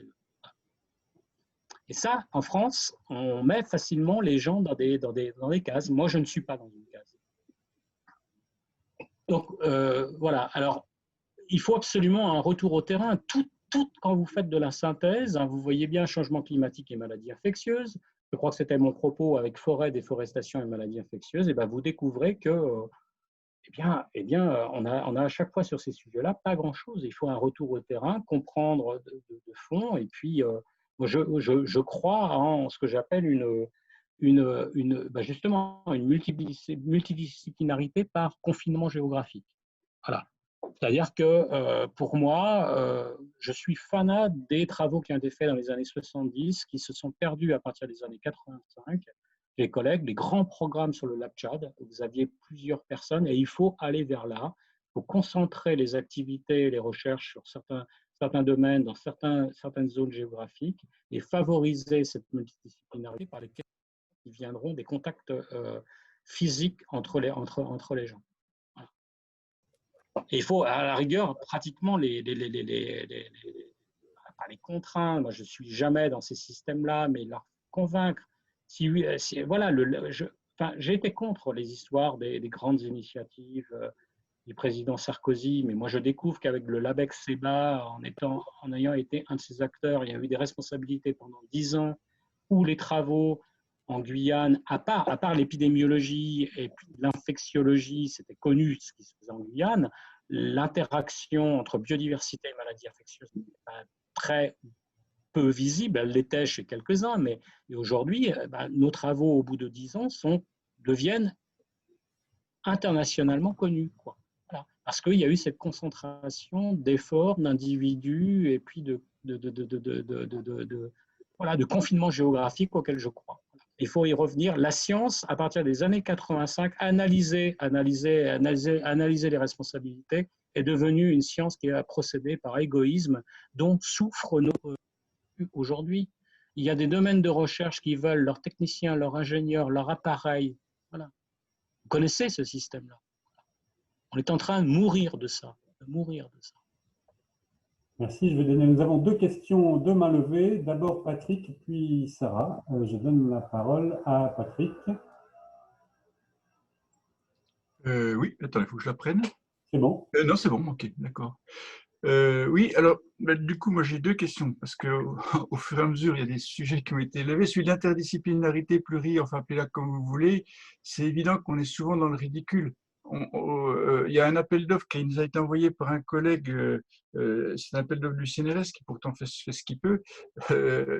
En gros, c'était un appel à l'interdisciplinarité, projet sur un peu plus, je crois que c'était 1 an ou 2, 30 000 € à partager entre 2 équipes et il faut que ce soit interdisciplinaire. Ah oui. Bon, c'est de la folie. Je veux dire, si on veut de l'interdisciplinarité, il faut que des socio-anthropologues, appelez-les comme vous voulez, des philosophes, des biologistes, des écologues, des modélisateurs soient appelés non pas pour faire de l'interdisciplinarité, mais parce qu'on en a besoin. Donc ça suppose effectivement, je suis d'accord avec toi, Jean-François, qu'ils soient quelque part où il y a un problème et que la question les amène à converger. Et ça vient à ce moment-là. Mais si ça vient à ce moment-là, il faut aussi qu'on soit en capacité de mettre les moyens. Ah, mais Patrick, et non pas de diviser par 10 ce qui serait attribué à une discipline. Patrick, j'ai la réponse. On a eu entre 17 et 18 millions sur 15 ans parce qu'on a été renouvelé 5 autres années dans le cadre du LABEX-CEBA. Et donc, on a pu aussi construire nos programmes et décider des orientations de ces programmes. Voilà. Alors, ça appelle… Est-ce que parmi vous, vous accepteriez ça? Moi, j'ai vu beaucoup de gens de l'UMR où j'étais, l'UMR UVGEC, ne pas vouloir venir. Après, ils sont venus taper à ma porte parce qu'il y a eu la crise économique, jusque la crise économique financière dans la recherche, où ils sont venus taper à ma porte parce qu'ils se rendaient compte qu'ils pouvaient aussi assez facilement recevoir de l'argent, mais avec une réglementation, enfin, avec un mot d'ordre, c'est votre travail doit être fait sur des sujets et en Guyane française. Voilà. Et alors, ce qui ramène au point à ma question initiale, tu n'as pas souligné, si, c'est implicite, mais je le ressouligne pour les collègues qui ne sont pas forcément dans la discipline et qui méritent d'éclairer tout à fait, c'est qu'il y a une dimension temporelle qui est importante dans ce que tu as dit. Quand tu travailles sur l'ulcère de Buruli, pour voir un changement, ça peut être un suivi de 10, 20, 30 ans. Ah oui, oui. En dynamique de population, un cycle de croissance de population, déclin, et si tant est que c'est ainsi, une fluctuation en général, c'est plusieurs années. Ce qui fait qu'on a des effets qui sont des fois totalement inattendus. Certains parasites vont se retrouver concentrés au moment où on est en faible densité. C'est le cas par exemple de Taenia teiniformis, vous aurez des fortes prévalences, alors que d'autres, comme les trichuris, ça sera à forte densité. Ce qui fait que quand on va à la pêche à la ligne, on a entendu Frédéric Keck dans sa conférence qu'ils allaient chercher des virus en Indonésie ou dans les lieux où on doit effectivement les chercher. Si on fait des snapshots d'un coup comme ça de 3 semaines, on trouvera pas. Puisque finalement l'expression, enfin, comment dire, l'amplification virale ou d'un parasite quelconque, elle dépend de la dynamique de population qui fluctue sur des pas de temps de 10, 15 ou 20 ans. Mais on n'a pas d'observatoire qui nous permette de suivre des communautés animales en forêt tropicale, mais en forêt tempérée, sur 15 ou 20 ans. Et je vois que Daniel est toujours là, tu m'écoutes Daniel. Dans les zones ateliers, je veux bien qu'on fasse de la terre zone atelier, mais pour le moment, les dispositifs qui sont capables justement d'assurer cette veille et cette mesure sur la durée n'existent pas ou ne sont pas soutenus par le processus zone atelier, puisque les dispositifs passent presque en arrière-plan maintenant, en termes de financement, on s'entend, et que 95% de ces dispositifs, ils s'autofinancent. Et là, on a un vrai problème, c'est qu'on n'a aucun moyen de faire ce que nous dit Jean-François, c'est-à-dire d'avoir une observation long terme, si possible pluridisciplinaire, si possible pluritaxonomique, sur les grands biomes. Alors, je voudrais rebondir sur ce que tu viens. Alors, il y a Dominique Vuitton, que je salue, qui dit que les seuls sujets interdisciplinaires qui ont été financés, quant à vous, viennent du NIH. C'est aussi mon cas. Depuis 6-7 ans, c'est les NSF, NIH américaine. À chaque fois que j'ai soumis ces dernières années à l'ANR quasiment les mêmes sujets, je veux dire, c'est excellent, etc., on ne s'est jamais été financé. Donc voilà, parce que moi, je suis désolé, c'est aussi un jeu d'acteurs. C'est un jeu d'acteurs, c'est-à-dire qu'à la fois au ministère de la Recherche et à l'ANR, vous avez une forme de recherche bien pensante qui n'est pas celle-là, en fait. Voilà. Je le dis très clairement. Voilà. Voilà. Parce que beaucoup de gens considèrent que ce type de recherche n'est pas de la vraie recherche, dans la mesure où on nous a appris que la vraie recherche, c'était celle qui se faisait par la voie expérimentale, démontrer que la cause crée le même effet par la voie expérimentale, etc. Voilà. Mais nous sommes face à des problèmes qui sont globaux, qui sont non expérimentables par les moyens au moins traditionnels. On peut le faire sous la forme de scénarios, de tests de scénarios. Je voulais dire par rapport à Patrick, la connaissance que l'on a sur la transmission des SIV qui vont donner les deux HIV1 et HIV2, il a fallu 20 ans. Le virus à Ebola, ça fait que ces 3 dernières années où on voit des articles publiés dans les meilleures revues qui mettent un effet de la déforestation sur les crises épidémiques à virus et Ebola. Voilà. Aujourd'hui, on nous pose la question sous la semaine ou sous le mois, parce que c'est les questions qui me sont revenues, est-ce qu'il y a un lien entre la déforestation et la crise à Covid-19 ? Vous voyez qu'il y a un décalage entre les questions et la compréhension dans le temps long de ces phénomènes-là. Merci. Je vais donner la parole à Sarah Carvalho.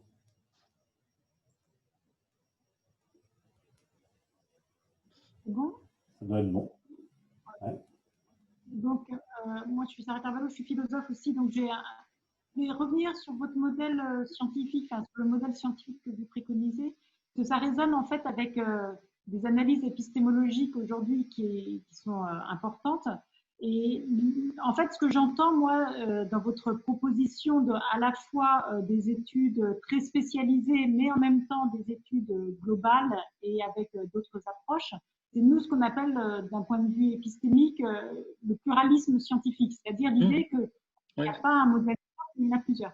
Mais après, le débat au sein Je du suis désolé, on pluralisme… vit dans une dictature scientifique. Je suis désolé, on vit dans une dictature scientifique.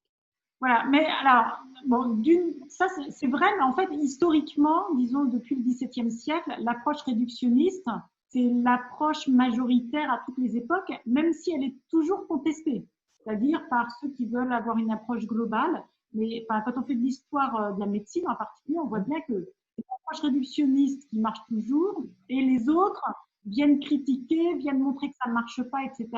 Mais malgré tout, n'arrivent pas à détrôner en fait cette approche réductionniste. Bon, donc l'idée du pluralisme scientifique, c'est de dire qu'au moins, il faut laisser de la place pour d'autres approches, parce que justement, c'est elles qui vont permettre de renouveler, de sortir des impasses, etc. Mais alors après, au cœur du pluralisme scientifique, il y a en gros deux modèles. Il y a un modèle intégratif qui a été développé par Sandra Mitchell, donc qui est une biologiste. Et j'ai l'impression que vous, c'est un peu le modèle que vous développeriez, c'est-à-dire qu'il faut quand même viser une forme d'intégration des différents niveaux de connaissances, des différentes méthodologies, mais aussi des différents objets, et arriver à un One Health ou un Eco Health, mais qui soit intégré. Et puis, il y a une autre approche du pluralisme qui dit, bon, de toute manière, l'intégration, on n'y arrivera pas, c'est pas vraiment l'enjeu. Il faut arrêter de penser, en fait, ça c'est une espèce de résurgence d'une vision unifiée et unitaire de la science, et il faut plutôt accepter que ce soit un pluralisme patchwork où il y a plein d'approches qui cohabitent, mais il y aura jamais une vision globale. Et donc, moi, ça m'intéresse en particulier par rapport au concept de santé.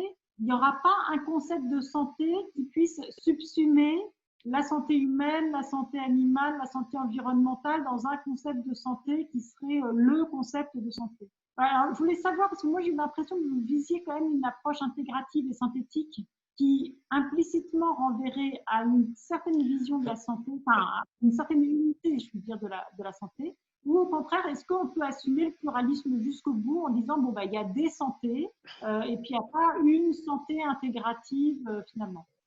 Enfin, j'ai pas non plus cette prétention à la fois, enfin, à viser à cela. Moi, ce qui m'intéresse, c'est de faire des choses qui me plaisent à mon âge, avec des gens qui ont le même esprit d'ouverture. Enfin, voilà, c'est ça qui m'intéresse, et je vois Patrick. Voilà, et enfin, du coup, je sais pas. Donc, j'ai enseigné aussi l'épistémologie des sciences à Montpellier parce que ce sont des sujets qui m'intéressent. Je faisais des cours sur les problèmes de causalité. Non, parce que ce que j'observe, c'est que sous couvert de concepts One Health, Planetary Health, c'est-à-dire qu'on revient finalement à ce qui se faisait avant les années 85 en fait. Hein. On est en train de revenir finalement à une compréhension qui est… Alors, par rapport à ce que vous dites, il y a quand même un élément important, c'est-à-dire qu'avec l'informatique et puis la constitution de bases de données, on arrive à faire aussi des synthèses, et donc on a remarqué que tout ce qui est en bio quelque chose, hein, biochimie, biomédecine, etc., a accumulé des connaissances et des articles scientifiques montrant un taux de reproductibilité d'environ, pour 72% des travaux un peu mondiaux, non reproductibles. Donc, c'est quand même une sérieuse charge. Qui accepterait une sérieuse charge contre ce type de recherche si elle ne souhaite pas évoluer et aller vers ce qu'on appelle en médecine les centres Cochrane. Hein. Vous voyez bien comment le représentant du centre Cochrane ici en France a été un peu démoli par qui, vous savez, au cours de ces discussions autour de l'hydroxychloroquine. Hein. Bon, bref. Moi, ce dont je me rends compte, c'est que voilà, enfin, il y a besoin de sans forcer, les gens y viennent ou pas, il n'y a pas de caractère d'obligation, mais les gens qui iront vers des grands consortiums travaillant sur des lieux précis, dans des expériences in natura, etc., bénéficieront évidemment par rapport à ceux qui resteront isolés et qui continueront toujours à la même chose, parce que c'est pour moi cette direction qu'il faut prendre. Et c'est ce que j'essaie de construire à INRAE dans le cadre d'un programme international dont on me demande de prendre la responsabilité. Voilà. Et c'est ça, il y a quand même un effet de forçage. C'est pour ça que j'utilise l'expression de confinement géographique. Et moi, j'ai fait ma thèse un peu ainsi, hein, comme ça en Afrique. Donc, et je m'en rends compte maintenant, c'est-à-dire qu'à partir des années 85, la science dans certains domaines et la biologie est devenue extrêmement isolationniste. Un environnementaliste, il y a une sociologie des disciplines.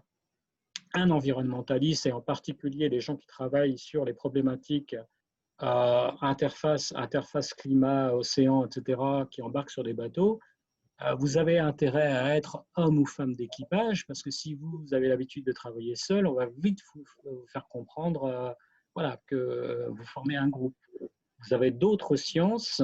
Moi, j'avais un ancien président, directeur général qu'a connu Dominique, Jean-François Girard, et dont j'étais extrêmement proche, qui avait l'habitude de dire, enfin, il s'adressait à Claudie Aigneret, qu'il appelait l'aérienne, et il lui disait, je découvre que le monde de la recherche, dont je ne suis pas, il était médecin d'ailleurs, à la retraite, vous avez deux mondes, vous avez les maritimes, lui-même faisant du bateau, voilà, ce sont ceux dont j'ai parlé, les gens d'équipage, et puis vous avez les terriens qui, comme en Afrique, vont d'abord construire leur mur, même si à l'intérieur du périmètre, ils ne construiront jamais plus rien parce qu'ils n'auront plus l'argent. Voilà. Et ben, on a développé, on a aussi laissé se développer une recherche qui a conduit voilà, à ce schisme. Voilà. Il nous reste quelques minutes. Je crois que Patrick voulait rejoindre cette conversation. Je vais lui redonner la parole. Vous avez des remarques aussi dans le chat de Dominique Buisson, de Raphaël Dubos, que vous pouvez lire. Je redonne la parole à Patrick. Ça doit être bon. C'est bon. Oui, je voudrais rebondir sur ce que disait Sarah. Tu as raison, c'est un vrai problème épistémologique en fait. On a dans les sciences biologiques, on va dire, une montée. On a eu une montée, elle est réalisée en fait une hégémonie des démarches dites poppériennes, hypothético-déductives. Donc tout ce qui n'est pas hypothético-déductif n'est pas sérieux. Donc ce qui a relégué au second plan tout ce qui était inductif, si on parle épistémologie.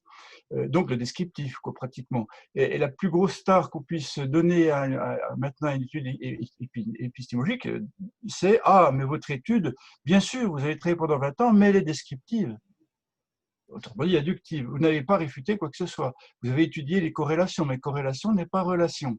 Donc ça, c'est un argument qui est 90% de ce que donne la science du moment. Alors, ça a l'air de rien, bon, parce que tu as raison de dire qu'il faudrait qu'il y ait une espèce de polyscience où on admette différentes approches. Mais en fait, quand il s'agit de distribuer les crédits, c'est pas comme ça que ça se passe. C'est-à-dire que tout ira, comme ils sont limités, à l'hypothético-déductif, donc sur des systèmes réduits, donc des connaissances exactes sur une pointe d'aiguille, finalement, tu réfutes, bon ok, tu es content. Donc pendant 60 ans, tu as des listes de conclusions toutes correctes sur ce qui n'explique pas, mais tu n'as encore pas ce qui explique, puisque ce qui explique, c'est souvent dans l'intégration, et là, tu ne peux pas forcément le réfuter. Et la réfutation à ce niveau-là, dans les systèmes dont nous parle Jean-François, c'est des réfutations qui doivent se faire sur de larges échelles d'espace et de temps. J'ai compris comment fluctuer des populations dans mon genre, est-ce que mes paysans sont capables de les contrôler? Ça, c'est une réfutation, sur les critères que j'ai annoncés à partir de l'inductif. Mais ça, si vous dites à des gens, bon écoutez les gars, on y va, on va étudier le système tel que le souhaite Jean-François Guégan, mais vous nous laissez 20 ou 30 ans de financement en continu, il n'y a personne qui parle là-dessus. Et donc, on est devant une impossibilité matérielle et de choix, je dirais, politico-épistémologiques, dans la mesure où il est plus facile d'encourager une science un peu technophile, qui va produire du brevet sur des démarches hypothétiques et déductives, avec le gros bémol qu'a donné Jean-François, c'est que la reproductibilité n'est pas toujours terrible, mais elle est quand même souvent plus facile à estimer que de faire une expérience sur 30 ans en Franche-Comté pour voir si elle est reproductible ou pas, ça c'est pas simple. Hein. Et on bute sur ces choses-là, quoi. Hein. Donc, du coup, oui, le problème, il est épistémologique et le fait que pour le moment, on ne puisse pas travailler dans le… Comme le dit, tu le disais, comment Jean-François, c'était la pré-prévention, Pré-émergence. La pré-émergence fait que simplement les démarches dites inductives ou descriptives qui sont nécessaires pour le faire, personne n'en veut. Trop cher, trop compliqué et pas à la mode. Est-ce que je peux ajouter une petite question à celle-là? Est-ce que vous êtes en train de nous dire, Jean-François, Patrick, que ces études de pré-émergence sur le virus qui vient de, par exemple, le SARS-CoV-2, on est loin de pouvoir les faire? Oui. Ah bah oui. Enfin oui, on a armé. Enfin, j'ai été auditionné 3 fois là par le Sénat et puis par l'Assemblée nationale. Ce que j'ai dit, c'est qu'on a armé notre dispositif en autant de casernes de pompiers, c'est-à-dire de protection civile et puis de pompiers, c'est-à-dire qui ont absolument besoin que le virus sorte du bois pour pouvoir l'analyser. Et on a complètement négligé quel citoyen accepterait que dans le système de la sûreté nucléaire, nous n'ayons que des gens de la protection civile à intervenir lorsque on aurait une explosion d'un réacteur nucléaire en France. Personne. Et heureusement qu'on a des gens en amont qui font ce qu'on appelle de la sûreté nucléaire. Et ben, en infectiologie, et dans le problème, et je pense que c'est ça qui est intéressant, c'est avec le phénomène de maladies infectieuses émergentes qu'il est extrêmement difficile de prévoir. On arrive mieux à prévoir dans l'espace, assez large, que dans le temps, évidemment. Eh ben, il faut faire exactement la même chose, c'est-à-dire qu'on a armé notre dispositif de sûreté infectieuse, infectiologique, uniquement de gens en aval. Moi, il me faut, si j'ai des recrutements à faire et qu'on me dit, Jean-François Guégan, maintenant vous prenant la tête d'une institution de 200 ou 500 personnes, je me poserai beaucoup de questions d'ailleurs, eh ben, moi j'aimerais bien avoir des criminologues. Voilà. Mais un criminologue, ce n'est pas un infectiologue. Hein. Vous voyez ? Et donc, vous forcez aussi une discipline, finalement, à devoir collaborer avec un criminologue ou un spécialiste de, je ne sais pas moi, enfin, des processus catastrophiques, etc. Hein. Voilà. Parce que pour moi, le problème d'émergence n'est pas un problème infectieux. Il le devient comme il est devenu actuellement, et ce n'est pas un problème de médecine. Voilà. Très bien. Merci beaucoup. Je crois qu'il est temps qu'on rende l'antenne. On a dépassé un petit peu, mais c'est très intéressant. D'accord, merci en tout cas. Ouais. Je ne m'attendais pas à cette question un peu d'ordre, voilà, mais il faut se poser cette question et il faut surtout le dire. Il faut surtout le dire. Là. Puis surtout à nos âges, moi je ne risque rien, ma carrière est derrière moi, il faut le dire, quoi. On vit, je suis désolé, dans une dictature scientifique de bien-pensants. Moi aussi, je développe des méthodes hypothético-déductives. Les modèles épidémiologiques sont basés, là, comme je vous l'ai montré, sur des hypothèses hypothético-déductives. Hein. Mais ça doit arriver à un moment, dans un contexte. Bien sûr, oui, bien sûr. Alors, merci beaucoup. Merci. Juste annoncer notre prochaine séance dans 15 jours. Nous recevrons précisément Sarah Carvalho qui intervenait là dans les dernières questions et qui fera une conférence sur le thème suivant. Quel concept de santé a été mobilisé dans la pandémie? Je vais juste rouvrir tous les micros pour, si vous voulez, vous dire bonsoir. Et donc encore merci. Bonsoir, merci beaucoup. Au revoir.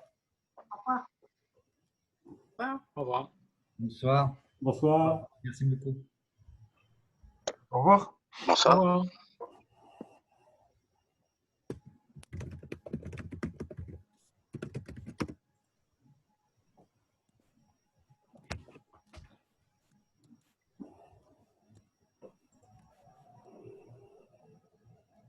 Hop.